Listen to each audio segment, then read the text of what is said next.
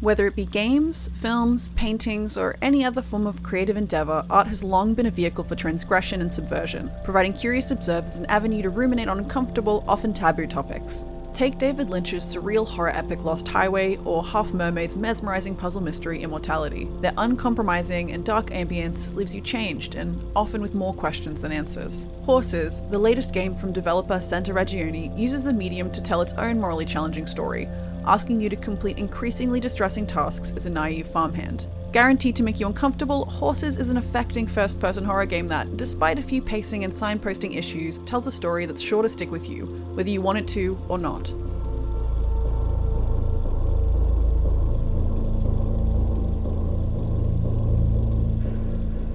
Before we dive into the review, a quick word about Horses itself and an important content warning. This is an unsettling and graphic game by its very nature, so some of the footage used here may be distressing in a way we can't entirely avoid. Horses has even been barred from sale on both Steam and the Epic Game Store, though that's a decision Santa Ragione has petitioned against, and it is still available through platforms like itch.io and GOG. Horses has a lengthy content warning of its own before you begin playing, which details the themes you'll encounter, including gory imagery, psychological abuse, and suicide. That warning goes on to explain that you will also likely take part in activities that are oppositional to your own moral beliefs. I was pleased to see these points clearly outlined because after rolling credits, I can confirm you should take this warning seriously.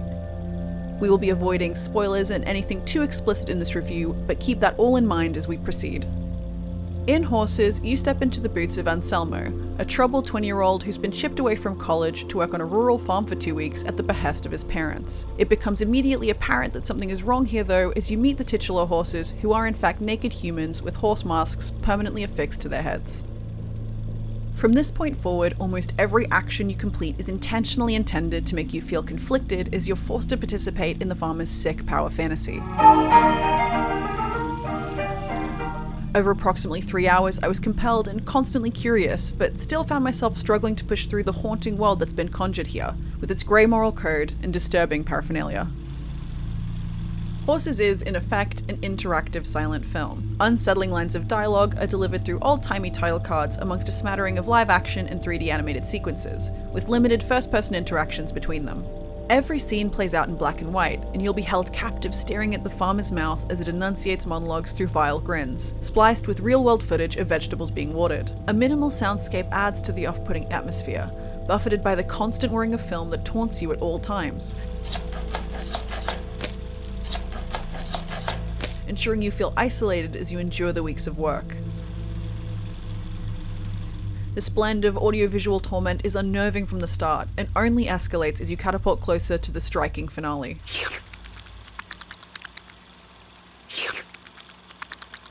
At the dawn of each day, you're provided a list of tasks to complete, like feeding the dog and chopping firewood. These jobs are seldom as simple as they seem on paper, and often lead to confronting scenes that gradually illuminate the farmer's psychopathic goals. Across the whole story, your inventory is limited, and you can only handle 2 items at a time. As such, you'll often find yourself running back and forth across the small map. As much as it is an open space, the threatening elements within it are constantly shifting and smartly toying with your expectations. NPCs like Fido, the farmer's pet dog, can and will move around the space, complicating your jobs and often giving you a fright. Avoiding too many specifics as to avoid spoilers, at one point I was responsible for finding horses that had gotten loose and returning them to their cramped stall unharmed. The search eventually led me out the front gates, where I witnessed a confronting interaction between a horse outside the gates and one still trapped inside. Such unusual moments ramp up in intensity over the course of the runtime, effectively reinforcing the starkness of the world around their nightmarish, hay-filled isolation. Across the summer, you'll meet a handful of curiously animated locals who are complicit with the farmer's actions, including a veterinarian, a wealthy businessman, his daughter, and a knowing priest. While there isn't a ton of dialogue to cycle through in these short interactions, the unnerving writing and sinister characterization of each citizen increased my sense of dread as it became clear that freedom, in life or on the farm, isn't a guarantee. As the inevitability of my new reality came into focus and the trepidation set in, I found myself questioning the farmer's treatment not just of the animals or the outsiders, but of me. What misstep could I make that would land me in his prison? This is a central qualm you'll ponder during and after your time with horses. The horror doesn't end with the working day, of course, and occasionally when the sun sets, Anselmo sleeps into a dreamlike state where reality bleeds into their imagination. In these moments, the spectre of the farmer and his sexual and religious traumas manifest through dark allegories that you experience in a raw, challenging, and uncensored format. Instead of relying on text dumps, Horse's penchant for sharp dialogue and clever symbolic iconography gives the player room to unpack its singular heavy story. It's a shame then that with such a strong concept, there are a handful of comparatively mundane signposting issues throughout that can muddle the pacing, and you might be left to pixel hunt for the right piece of equipment or overthink simple puzzles when you could have been contemplating one of Horse's many jarring visual metaphors. For example, one day I simply needed to feed the horses, but despite meeting the basic requirements, nothing changed, and I was unable to prompt the farmer to provide further information. With no clear next step, I searched the area until I happened to find a specific item I didn't know I needed to progress. In a game that feels so intentional and curated, such moments kill the ambience, and it feels awkward to wander around aimlessly in this psychologically punishing environment, especially when you've been imbued with the impetus to solve its mysteries. Like a pile of sugar cubes, Horses often has you in the palm of its hand, but unlike other more cohesively arresting horror games like Mouthwashing, Santa Ragione's attempt struggles to keep you there. The low-stakes gameplay feels like the culprit here, as there's not much to chew on if you're not gripped by the unfolding story and its characters. A short runtime only magnifies these limitations, messing with the cadence of an otherwise well-orchestrated experience. Horses is a chilling, nerve-shredding short story that propels you through a series of increasingly heinous farm tasks. Sharp writing of morally repugnant characters creates a harrowing atmosphere which is frustratingly diminished by repetitive activities and unclear signposting that sometimes pull you out of its silent film-like world. Even so, developer Santa Ragione's admirably bracing vision does well to harness what can make the interactivity of video games so affecting, ensuring you'll have plenty to think about as the credits roll.